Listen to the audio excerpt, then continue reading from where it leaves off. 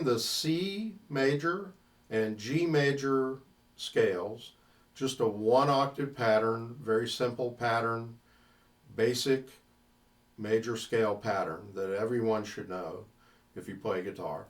And let me go over the pattern. So you're going to start with your second finger, not your first finger, just remember that. And it's second finger on the 3rd fret of the 5th string, that's a C for the C major. And the pattern of fingers is 2 to 4, 1 to 2 to 4, 1, 3, 4. Let me do that again. Now, on each string, you want to keep your fingers down. In other words, you want to keep your second finger down when you play the 4th finger. Then when you change strings, you lift those, and then keep the first finger down when you play the second, and then when you play the 4th. So you'd have 3 fingers down, and then 3 fingers down on the 3rd string. So I'll go over the pattern again. Fingers 2, 4, 1, 2, 4, 1, 3, 4. And what I would suggest is to get to know this pattern by heart.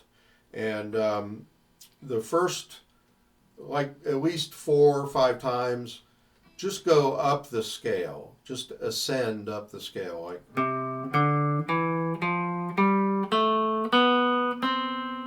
then do it again. Make sure if you can do it 3 times correctly, then you've got it.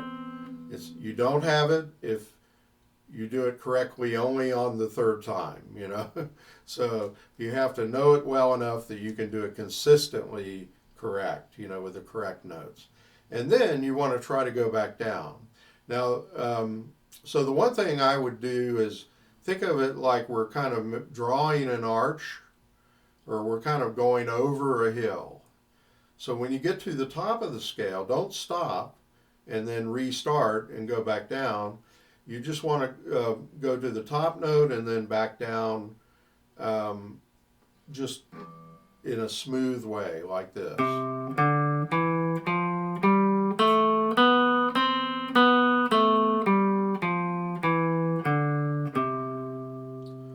And so I see a lot of students, they'll go like,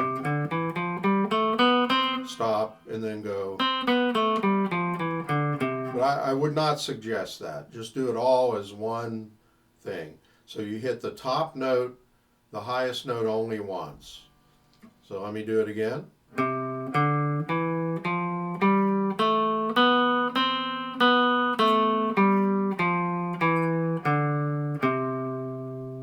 Okay, and then in the tablature, I added a little thing at the end where we're doing a triad, a C major triad, kind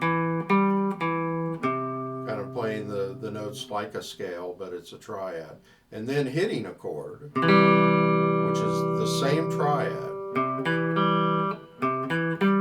but we're fingering it 2 different ways.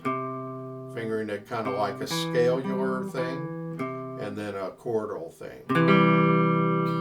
Okay, so that's just a little tag at the end of the scale. You don't have to do that. And later when we do the sharp and the flat keys and go through all the keys, we don't, you know, just, it comes in handy here because when you play the C triad as a chord, that open 3rd string is and it just fits right under the fingers. So for the key of C and G, that's what I've got on the tablature. So here it is again, key of C with the triads at the end.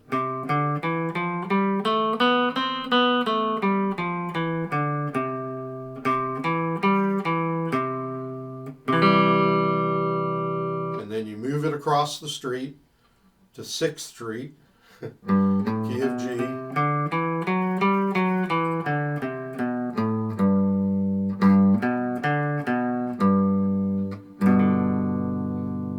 Basically, that's all there is with this lesson.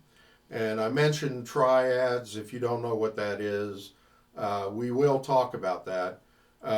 Basically, a scale is stepwise, and you're either going in whole steps or half steps. And if you played the C scale up to the fifth note, C, D, E, F, G, and then you skip every other note, C, E, G, for 3 notes in a row, C, E, G, that's a triad. And that's the C triad. And in the G scale, it's G, A, B, C, D. And if you play G, B, D, that's the G major triad. But we'll talk more about that. This part of the book is dedicated to theory, and this is just very basic theory. I know some students don't see any point in theory, and they don't really desire to learn theory, but you have to have a little bit of that, a little bit of knowledge for the fretboard, and so I'm giving you a hint of it, and if you really want more theory, I'm definitely all for that, but so enjoy this, and if you like the video, it's hit the like button and subscribe, and like my Facebook page, John Hedger Guitar Studio. Thank you so much.